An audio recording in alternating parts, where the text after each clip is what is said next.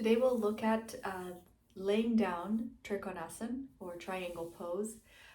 It is such a wonderful pose to do. It's a great restorative version of Trikonasana, and it's an incredible pose to do when you're feeling tired or sick, or even just to experience different actions in Trikonasana. So I highly recommend you practice this. So I'll show you how to get into it.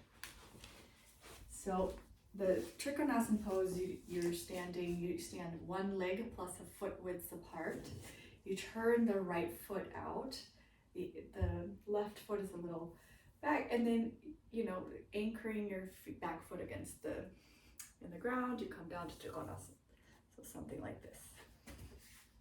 Okay, so your first step will be, however your height is here, you're going to measure that. So I'm using a belt, and I'm using the approximate height here from the middle of my pelvis to the ground.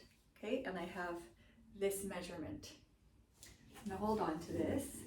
I'm going to come out correctly, and I'm going to measure from the wall to about the middle of my mat, right? Is that distance that I measured in standing Trikonasana. Okay, so I know it's about the middle of my mat. I want to have a block handy. Maybe if I have a corner, this is ideal. If you don't have a corner to work on, you can work on just with the wall also. So I'm going to lay down right at that mark that I measured from the wall. And you might have to do this a few times. It's tricky to get into the first time, but once you get the hang of it, it's not so hard. So you're just going to lay down in the middle of the mat, wherever you measured that distance from the wall. Okay, so here we are. Now I need to go get into my Trikonasana shape. The mistake made here, the number one mistake, is you move your shoulders to get into the pose. So don't move the shoulders. If you have to adjust anything in the height, move the hips. And second mistake is you end up too close to the wall, so then you're doing, Hanumasana or the splits, and you want to Trikonasana, you're a little bit further away from the wall. Okay, so I have to adjust. So I have to first bring my right foot forward. That's what I have standing up. So I'm going to bring my right foot towards the wall.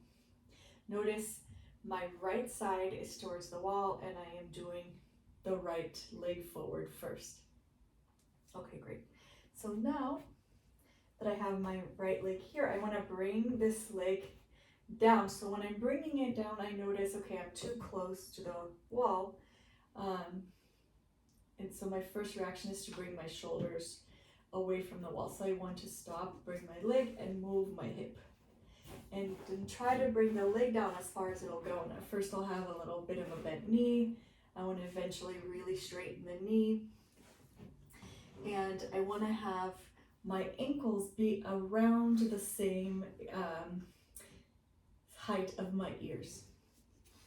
All right, and then I bring the second leg towards the wall. And I'm not quite there, so I have to readjust. So I bring the leg back up. I come down a bit more. And I'm here.